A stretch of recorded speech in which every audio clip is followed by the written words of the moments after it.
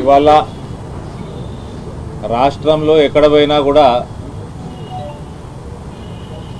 ఏ ప్రాంతానికి పోయినా ఏ అసెంబ్లీ నియోజకవర్గానికి పోయినా ల్యాండ్ కబ్జాలు, ఎఫ్టీఎల్ కబ్జాలు, ప్రజల్ని పట్టుకొని కుక్కలను తిట్టడము, మహిళలని చూడకుండా తిట్టడము, బాధలు చెప్పుకుంటానికి పోతే అవమానం చేయటము, కులాల వారీగా ద్వేషించడము,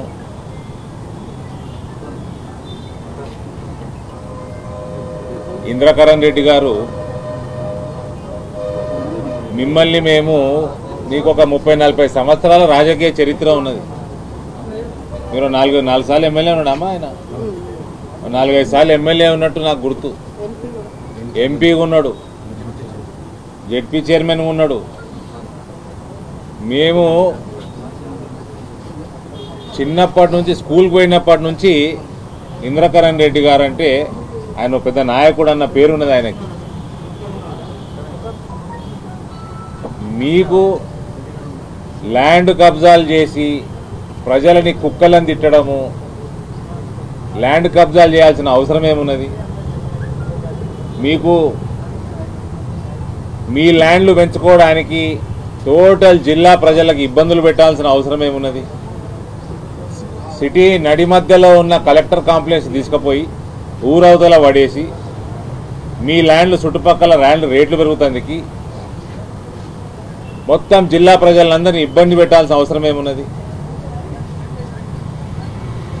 మీ చుట్టాలకు D1 పట్టాలన్నీ 400 ఎకరాల పైన ఇప్పించుకోవాల్సిన దిగజారిపోయిన రాజకీయాలు చేయాల్సిన అవసరం ఏమున్నది? హుందాతనం ఎక్కడ చచ్చిపోయింది మీది? మీరు ఏనాడైతే 10 సంవత్సరాల వయసులో మీకంటే చిన్నగా ఉన్న కేసీఆర్ కాళ్ళు మొక్కినరో ఆనాడే మీ ఆత్మగౌరవాన్ని నాశనం చేసుకున్నారు. మీ పర్సనాలిటీని ఏదైతే ఉండేనో ఇంతో అంతో ఎంతైతే ఉండేనో టోటల్గా మిమ్మల్ని మీరే దిగజార్చుకున్నారు. ఇవాళ ఒక బానిస బతుకుతా ఉన్నారు టీఆర్ఎస్.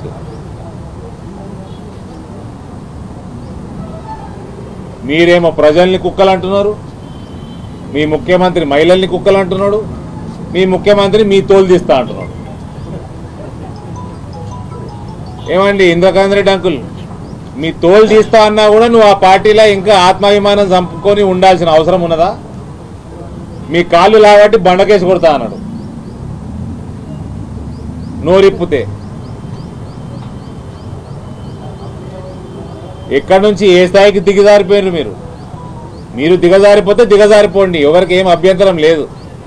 ప్రజల్ని మాత్రం మిమ్మల్ని కుక్కలు కూడా కానీ అంటే తిరగబడితే కుక్కల కన్నా జాగుంటుంది. ఇండ్లలో మనకు చిన్న అవతల కడతారు కదా, అది కూడా మిగలకుండా చేస్తారు తెలంగాణ ప్రజలు మిమ్మల్ని. నువ్వు ఎంత కలెక్టర్ కాంప్లెక్స్లు కట్టుకున్నా, ఎన్ని పట్టా ల్యాండ్లు కబ్జాలు పెట్టుకున్నా, D1 దొంగ పట్టాలు ఇప్పించుకున్నా అవన్నీ కూడా ఏం శాశ్వతం కాదు. మీ దొంగ ప్రభుత్వం దొంగ పట్టాలు ఎన్ని ఇష్యూ ఇస్తే రాబోయే ప్రభుత్వం అన్ని క్యాన్సిల్ చేస్తుంది, ఎంక్వైరీ చేస్తుంది, బొక్కలకు పోతారు. ఇంత దిగజారిపోయి రాజకీయాలు చేయాల్సిన అవసరం ఉన్నదా? ఈ కల్వకుంట్ల చంద్రశేఖరరావు కాలు మొక్కాల్సిన అవసరం ఉన్నదా పదవుల కోసం?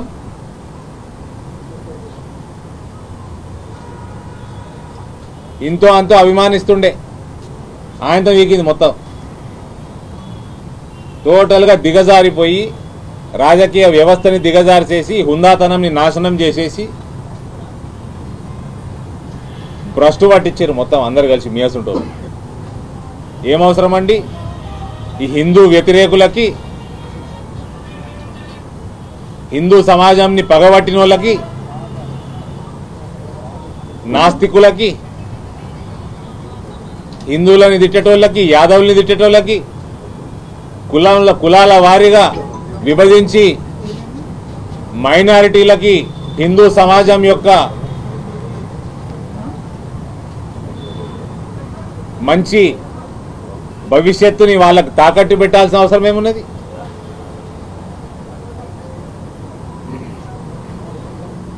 ఏడబోతే ఆడ హిందువుల ప్లాట్ల మీద ముస్లింల కబ్జా. ఇవాళైతే 3 రోజుల కింద మీ పత్రికలలో కూడా వచ్చింది, 3 రోజుల నుంచి అదే కథ నడుస్తూ ఉన్నది. రోహింగ్యా ముస్లింలకి పదుల సంఖ్యలో, ఇప్పటివరకైతే పదుల సంఖ్యలో వెళ్తున్నాయి పాస్పోర్ట్లు, దొంగ పాస్పోర్ట్లు మీ ప్రభుత్వంలో. ఇక ఎన్ని వందలు ఉన్నాయో ఎన్ని వేలు ఉన్నాయో ఎంక్వైరీ పెద్ద ఎత్తున చేస్తే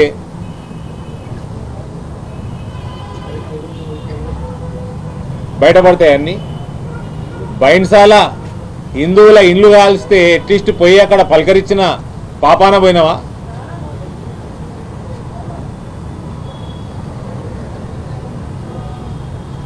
మరీ ఇట్లా ఓటు బ్యాంకు రాజకీయాల కోసం హిందూ ధర్మాన్ని అమ్ముకోవాల్సిన అవసరం ఉన్నదా మీకు?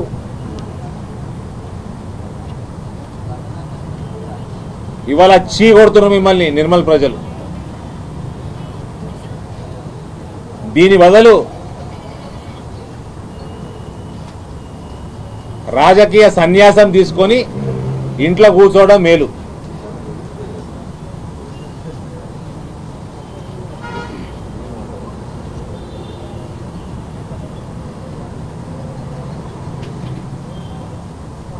ప్రతి హిందూ కుటుంబం యొక్క చిరకాల వాంఛ, దశాబ్దాల కళ రామ మందిరం నిర్మాణం కోసము ప్రజలు స్వచ్ఛందంగా ముందుకొచ్చి సమర్పణ చేస్తూ ఉంటే అది కూడా జీర్ణించుకోలేని పార్టీ మీ పార్టీ. దాంట్లో కొనసాగాల్సిన అవసరం ఏమున్నది మీకు?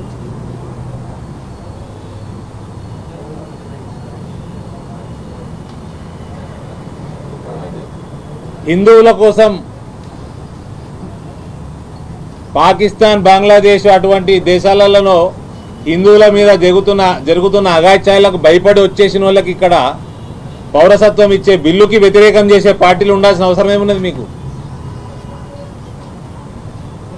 మళ్ళా అందులో దిగజారిపోయింది మీరు కూడా.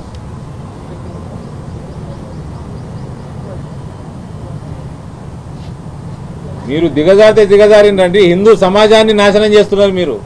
ఆత్మగౌరవాన్ని చంపుతా ఉన్నారు మీరు మీ పదవుల కోసం. ఇది ఎట్టి పరిస్థితుల్లో తెలంగాణలో ఉన్న హిందూ సమాజం దీన్ని ఎట్టి పరిస్థితుల్లో ఒప్పుకునేదే లేదు. తిరగబడతారు. మీ పార్టీని భూస్థాపితం హిందూ సమాజం తెలంగాణలో చేస్తుంది.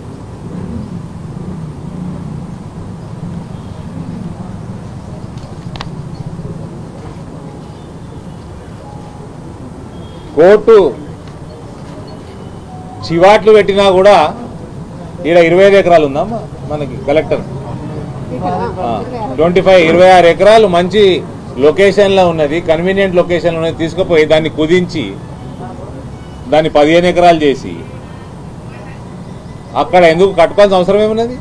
ప్రజల్ని ఇబ్బందులు పెట్టుకుంటా మరి ఇంత చీపా?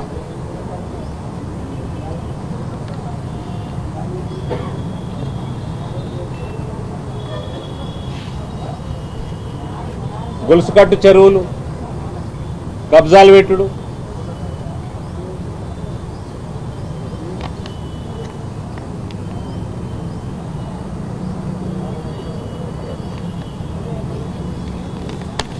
ఇంద్రకరణ్ రెడ్డి గారు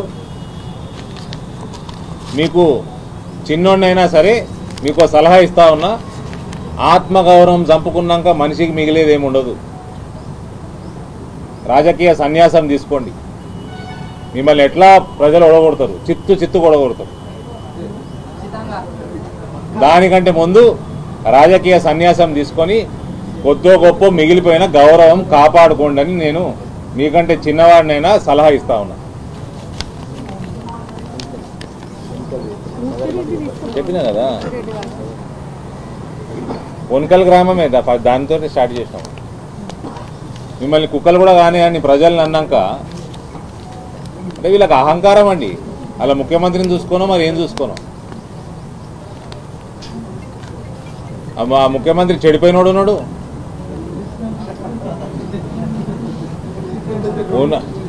ఉన్నోళ్ళు ఎట్లా చెడిపోయిన వాళ్ళే టీఆర్ఎస్లో. బయటికి వెళ్ళి వచ్చి పార్టీలకు వెళ్ళి వచ్చిన వాళ్ళు కూడా చెడగొడుతున్నారు. మొత్తం రాజకీయ వ్యవస్థని తెలంగాణలో ఉన్న అడ్మినిస్ట్రేషన్ని నాశనం చేసి కూర్చున్నాడు ఈ కేసీఆర్.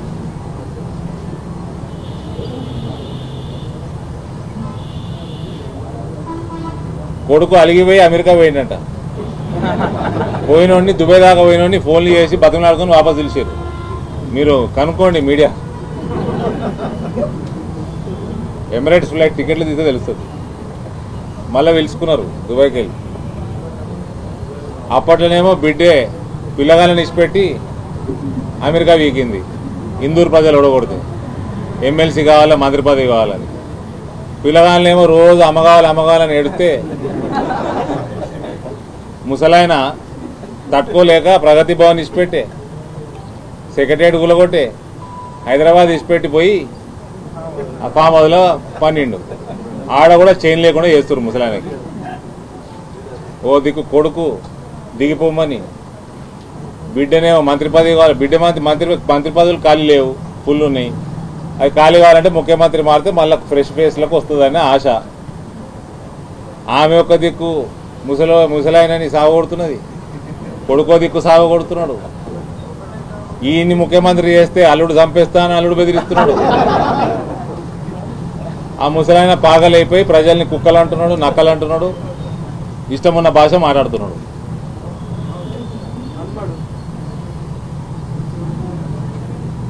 వాళ్ళు దిగజారిపోయారు, మనం దిగజారిపోవద్దు. రాజకీయాలలో ఉన్న వాళ్ళ గురించి మాట్లాడదాం.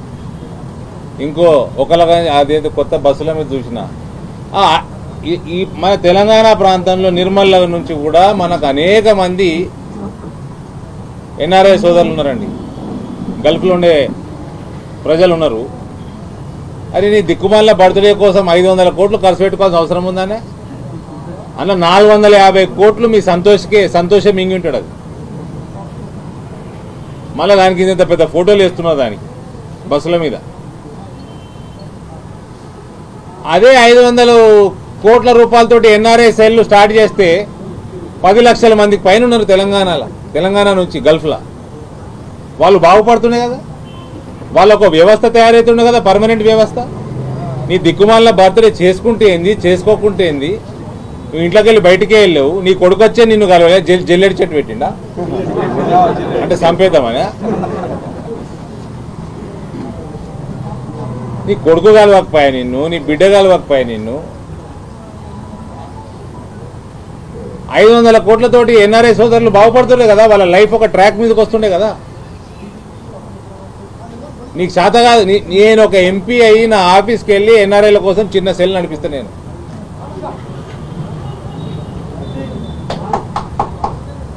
మీకు ఏం రోగం పుట్టిందా? నీ దిక్కుమాల బర్త్డే ఎట్లా చేసుకుంటే ఏంది? నువ్వేదో మొనగాను అన్నట్టు తెలంగాణ రాష్ట్రం అంతా నీ ఓడి చేసుకోలే నీ బర్త్డే. ఆ సోషల్ మీడియాలో కూడా కేక్ బొమ్మ కూడా పెట్టలే, కేక్ కొనుడు పక్కకు పెట్టుది. ఓడి చేసుకోలే నీ బర్త్డే. ఇంకా భ్రమలు ఉన్నాడు ఈయన. ఆడ పోతాడు, నాగార్జున సాగర్ పోతాడు. ఇంకా ఆయన అనుకునేది ఏంటంటే ఇంకా తెలంగాణ ఉద్యమం నడుస్తున్నది, తెలంగాణ రాలేదనుకుంటుండు. ఇంకా మత్తులు ఉన్నాడు. నే గ్రామ పంచాయతీకి 20 లక్షలు ఇస్తా, మండల హెడ్ క్వార్టర్కి 30 లక్షలు ఇస్తా, జిల్లాకి ఇంత ఇస్తా. 7 సంవత్సరాల నుంచి ముఖ్యమంత్రి ఉన్నావా, నువ్వు ఏమి ఇచ్చినావు చెప్పు. ఇంకా ఇస్తానుడేంది? ఎమ్మెల్యేస్ వస్తే కానీ ఫామ్ హౌస్లోకి వెళ్ళి బయటికి వెళ్తాడు ఈయన. బయటికి ప్రజలకు కనబడాలంటే ఒకడు ఎమ్మెల్యేనో మంత్రో సావాలి.